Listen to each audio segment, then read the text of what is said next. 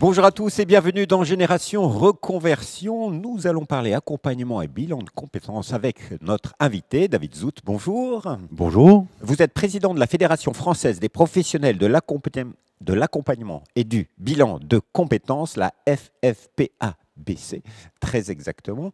J'ai envie de vous poser une question un petit peu provoque. Pas de reconversion réussie sans accompagnement ? Alors, il se trouve que statistiquement, ça arrive. Effectivement, beaucoup de gens en fait, qui réussissent leur reconversion sans forcément qu'il y ait un accompagnement. Ce qu'on note surtout dans ces cas-là, c'est que ce sont des gens qui ont déjà un pied en fait, dans l'univers vers lequel ils souhaitent se tourner. Sur un autre côté, en fait, on se dit que le bilan de compétences, c'est un précurseur et un complice des transitions professionnelles. C'est quelque chose de très important, le bilan de compétences, quand on veut changer de secteur d'activité, changer de métier. C'est intéressant parce que ça veut dire que vous n'êtes pas seul face au changement, que vous vous donnez en fait des moyens, et notamment au moins un professionnel, voire un groupe de professionnels pour vous accompagner dans vos démarches et déterminer un projet professionnel et, si nécessaire, un projet de formation. Pour ceux qui ne connaissent pas, ça prend quelle forme le bilan de compétences ça dure combien de temps Alors, le bilan de compétences est encadré par la loi, hein, c'est le L6313-4 du Code du travail. La durée est déterminée par la loi également. On a une durée de 24 heures maximum. Et ça se présente généralement sous la forme d'entretiens individualisés qui vont s'étaler sur une durée de 3 mois, 4 mois généralement. En fait, comme le bilan de compétences est une prestation qui va se personnaliser, elle dépend beaucoup de la personne accompagnée.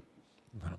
Donc ça prend de 3 à 4 mois maximum. Et qu'est-ce qu'il en ressort généralement? C'est-à-dire un projet professionnel, des objectifs Alors, un bilan de compétences est une prestation qui va vous aider à répondre à 3 questions. La première, c'est qui suis-je? Donc, quels sont les fondements sur lesquels je vais bâtir mon projet professionnel? La deuxième, c'est où vais-je? Et donc, quel métier pour quel secteur d'activité? Et la troisième, c'est comment faire. Donc, c'est comment bâtir une stratégie de mise en œuvre d'un projet.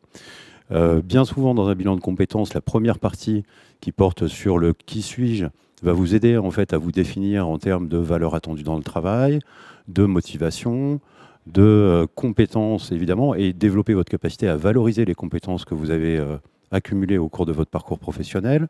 On va parler aussi de traits de personnalité, on va parler de contraintes, puisque un projet professionnel, c'est bien souvent aussi un projet de vie, en tout cas un projet qui va impacter l'ensemble du système dans lequel vous vivez. Qu'est-ce qu'on va avoir en sortie de bilan de compétences? À minima, un projet professionnel, un inventaire des compétences sur lesquelles vous pouvez appuyer ce projet professionnel et un plan d'action qui va vous permettre de timer la chose et de vous dire je sais que si je veux aller vers tel métier, dans tel contexte, il faut que je passe par telle étape, telle étape, telle étape, avec ou sans projet de formation de reconversion auquel Transition Pro Île-de-France pourrait contribuer. Voilà, vous l'avez compris, le bilan de compétences est capital, notamment pour mettre en place un plan d'action par rapport à un projet de reconversion qui suit un petit peu vos compétences. Alors, juste quand même une question. Il y a énormément d'intervenants. Comment on choisit la structure, la personne avec qui on va faire le bilan de compétences? Oui, le choix du prestataire a été un peu plus compliqué depuis la réforme de 2018, puisque en 2018, le marché s'est complètement ouvert. Et on a vu rentrer dans le marché beaucoup de prestataires qui proposent des choses plus ou moins exotiques.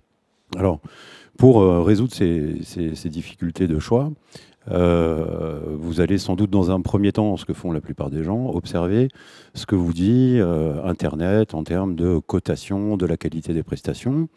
Moi, j'invite les gens surtout à regarder ce qui est proposé comme cotation à l'intérieur du système moncompteformation.gouv.fr, puisque là, vous avez une garantie en fait, sur le fait que les gens qui ont suivi ces bilans de compétences ont donné de la cotation.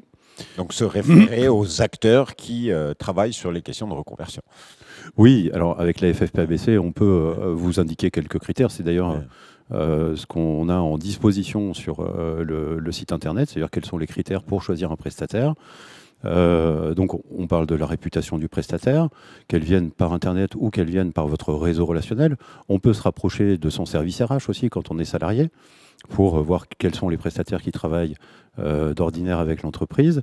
Mais il y a une partie shopping, c'est-à-dire un moment où vous allez rencontrer plusieurs prestataires, et vraiment c'est important de rencontrer plusieurs, pour vous rendre compte du niveau de professionnalisme, du niveau de personnalisation que le prestataire est capable de vous apporter. Il y a besoin d'un intuitu personnel avec la personne avec qui on va faire le bilan de compétences. Il faut le rencontrer avant.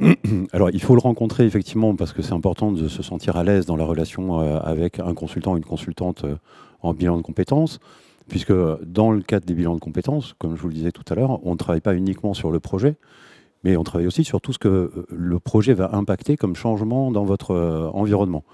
Donc on est amené à parler de l'ensemble de votre trajectoire, on est amené à parler, je vous le disais, de valeurs, de centres d'intérêt.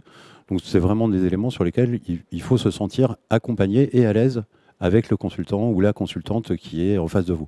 Deux dernières questions. Premièrement, est-ce que ça a un coût, faire un bilan de compétences?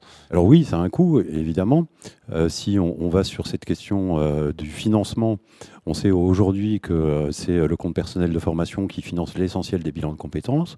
Pour autant, les entreprises et votre service RH peuvent aussi se rendre complices en fait, d'un projet de bilan de compétences et l'inscrire au plan de développement des compétences. Il est possible d'avoir des compléments de financement par certains OPCO. Pour les gens qui sont demandeurs d'emploi, dans certains contextes, Pôle emploi peut apporter un financement sur ces prestations également, et on peut aussi le financer à titre personnel. Voilà, ça a un coût, mais il y a des possibilités de prise en charge. Et dernière question, à la suite d'un bilan de compétences, il peut y avoir de réelles surprises? Alors, de réelles surprises, vous parlez de révélation. Oui, ça peut fonctionner. Pourquoi? Puisqu'on travaille en profondeur et que, comme vous avez un interlocuteur avec vous, il pense forcément à des hypothèses que vous n'êtes pas en capacité d'envisager.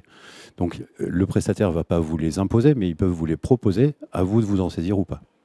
Merci beaucoup, Monsieur Zout, pour toutes ces informations sur le bilan de compétences. Vous l'avez compris, ça fait partie intégrante de l'accompagnement dans le cadre d'une reconversion professionnelle.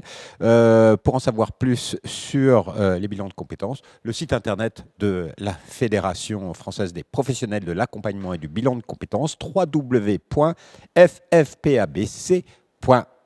Merci encore. Eh ben, merci à vous. Et on se dit à bientôt pour une nouvelle émission Génération Reconversion. Au revoir.